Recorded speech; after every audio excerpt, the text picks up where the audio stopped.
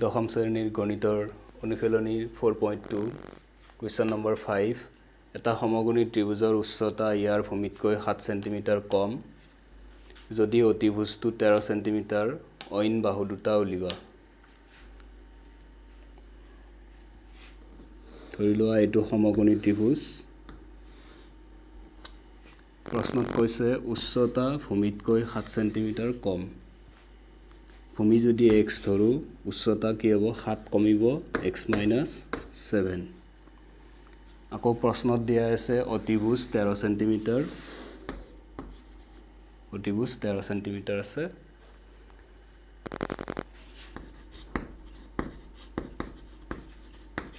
ধৰা হ'ল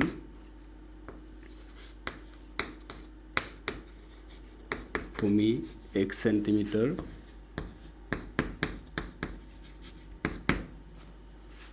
এতেকে উচ্চতা x - 7 সেন্টিমিটাৰ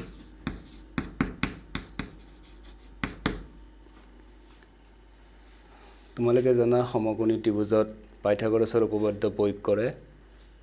গতিকে পাইথাগোৰাছৰ উপপাদ্য মতে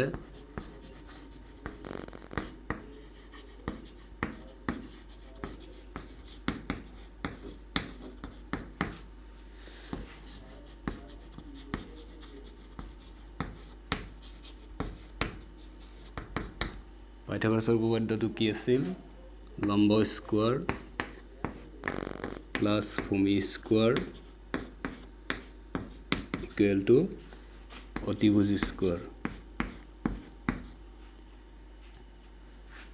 এতিয়া ইয়াতে মানবিলাক বহুৱা লম্ব কিমান আছে আমাৰ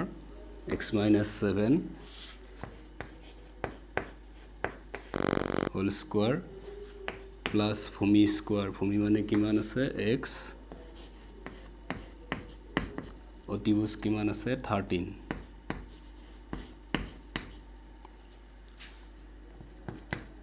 এটা তোমালোকে দেখিছা এটো a - b হোল স্কোয়ার সূত্ৰটো ভাঙি দিবা a square minus twice ab plus b square plus x square equal to 13 square মানে 169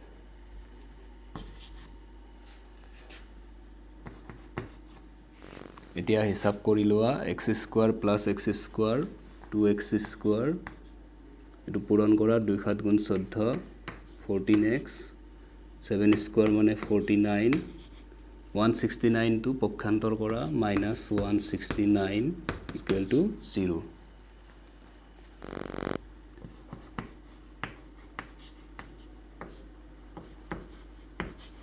এতিয়া এই দুটা সংখ্যা হিসাব কৰিলে কিমান পাম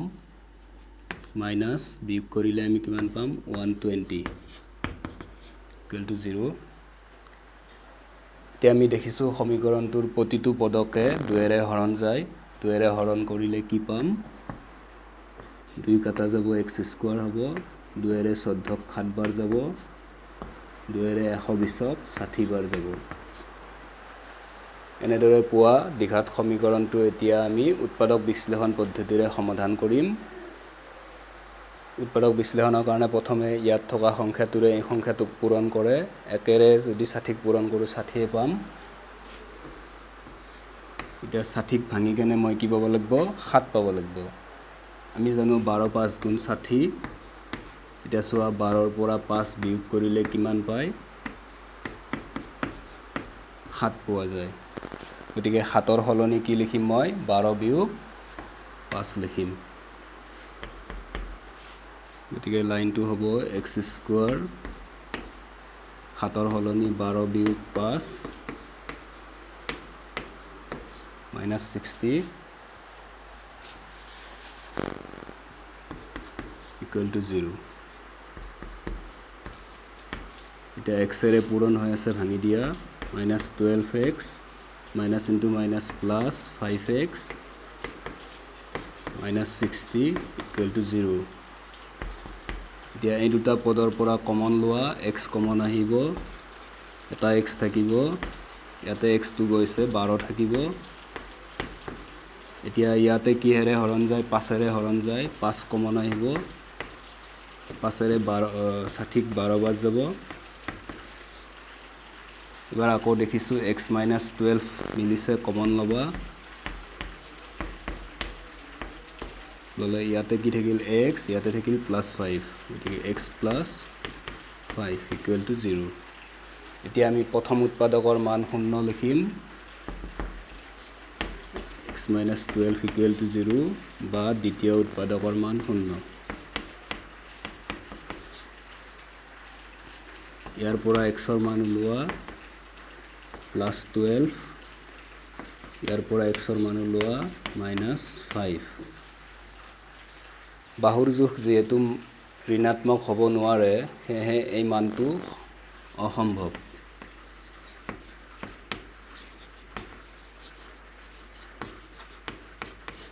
গতিকে x ৰ গ্ৰহণযোগ্য মান হৈছে 12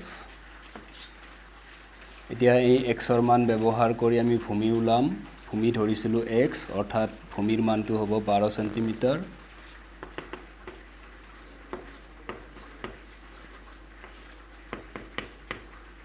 12 সেন্টিমিটাৰ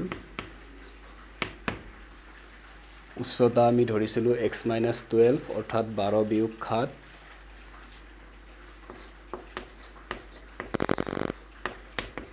12 বিয়োগ 7 7 বিয়োগ কৰিলে কিমান পোৱা যাব 5 সেন্টিমিটাৰ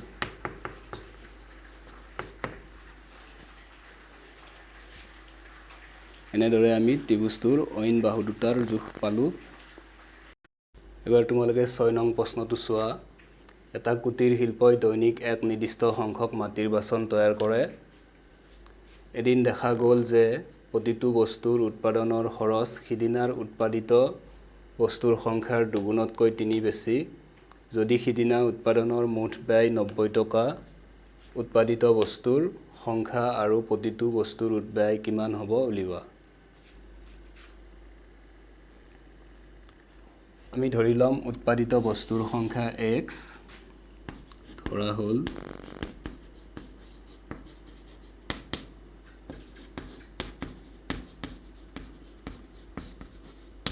উৎপাদিত বস্তুৰ সংখ্যা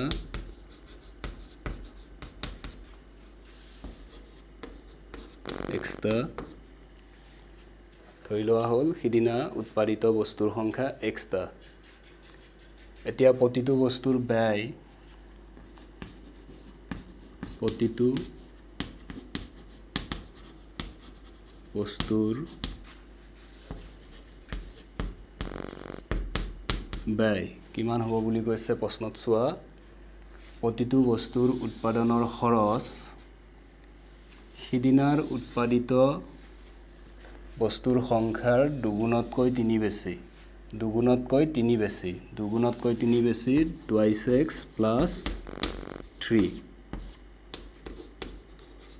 টকা এটা প্ৰশ্নত দিয়া আছে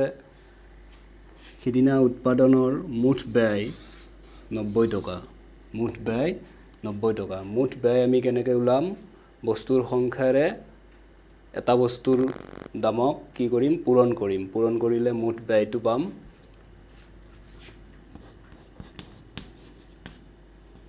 x whole into 2x plus 3 equal to 90 এটা এটো পূৰণ কৰি দিয়া 2x square 3x 90 to পক্ষান্তৰ কৰা -90 equal to 0 এনেদৰে আমি এটা দ্বিঘাত সমীকৰণ পাইছো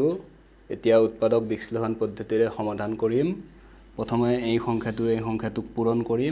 কৰিলে কিমান পাম 2 ৰে 90ক পূৰণ কৰিলে 180 পাম এতিয়া 180 টো ভাঙি কেনে আমি কিমান পাব লাগিব 3 পাব লাগিব 180 টো প্ৰথমে ভাঙি লোৱা 2 ৰে যাব 2 9 গুণ 18 0 আকৌ 2 ৰে যাব 2 4 গুণ 2 5 গুণ 10 3 ৰে যাব 3 1 গুণ 3 3 5 গুণ 15 আকৌ 3 5 গুণ 15 এতিয়া এইখিনিৰ পৰা দুটা সংখ্যা বনাব লাগিব যি দুটা সংখ্যাৰ হিসাব 3 হ'ব লাগিব দুটা সংখ্যা বনাম চোৱাচোন 2 2 গুণ 4 7 3 গুণ এটো 12 3 5 গুণ 15 এতিয়া সোৱা 15 ৰ পৰা 12 বিয়োগ কৰিলে কিমান পায় 3 পোৱা যায় গতিকে এই 3 ৰ সলনি মই কি লিখিম 15 বিয়োগ 12 লিখিম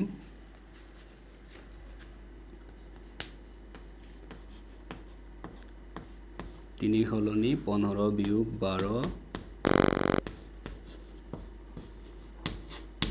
equal to 0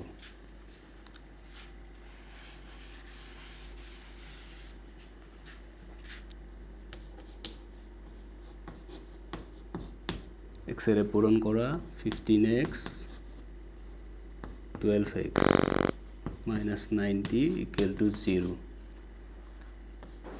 এতিয়া প্ৰথম দুটাৰ পৰা কি কমন আহিব x কমন আহিব এতে থাকিল 2 এটা x টো বাহিৰত গৈছে 15 থাকিব এতিয়া সোৱা ইয়াক কিহেৰে হৰণ যায় 6 ৰে হৰণ যায় 6 2 গুণ 12 6 15 90 গতিকে 6 কমন লব পাৰিম 6 2 গুণ 12 মাইনাস ইনটু মাইনাস প্লাস 6 ৰে কিমান বাজ যাব 6 15 গুণ 90 equal to 0 এতিয়া আমি দেখিছো 2x plus 15 টো কমন লব পাৰি 2x plus 15 কমন লোৱাত কি থাকিল x minus 6 equal to 0 এতিয়া আমি লিখিম প্ৰথম উৎপাদকৰ মান 0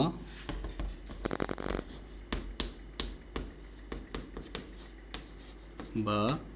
দ্বিতীয় উৎপাদকৰ মান 0 ইয়াৰ পৰা x ৰ মান উলোৱা দুইটো পূৰণ আছে হৰণ আহিল 15 টো যোগ আছে বিয়োগত আহিব ইয়াৰ পৰা x ৰ মান উলোৱা x equal to 6 এই মানটো গ্ৰহণযোগ্য নহয় গতিকে অসম্ভৱ বুলি লিখিবা কিয় গ্ৰহণযোগ্য নহয় আমি ধৰিছো বস্তুৰ সংখ্যা x গতিকে বস্তুৰ সংখ্যা আমি ভগ্নাংশত নকওঁ আৰু ঋণাত্মকত নকওঁ গতিকে সেই কাৰণে এটো অসম্ভৱ গতিকে x ৰ গ্ৰহণযোগ্য মান 6 এতিয়া আমি লিখিব পাৰিম উৎপাদিত বস্তুৰ সংখ্যা x মানে কিমান 6 এতেকে উৎপাদিত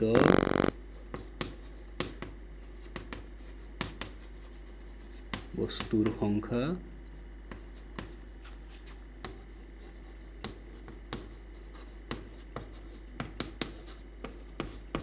ছটা উৎপাদিত বস্তুৰ সংখ্যা 6টা এবাৰ আকৌ ওলাব লাগে প্ৰতিটো বস্তুৰ ব্যয়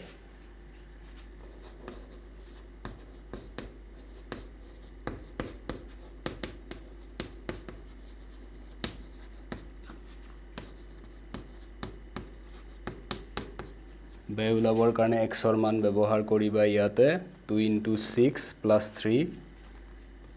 2 into 6 plus 3 গতিকে এটো সৰল কৰিলে কিমান পাম 200 গুণ 12 12 3 15 টকা এনেদৰে আমি উত্তৰটো পালো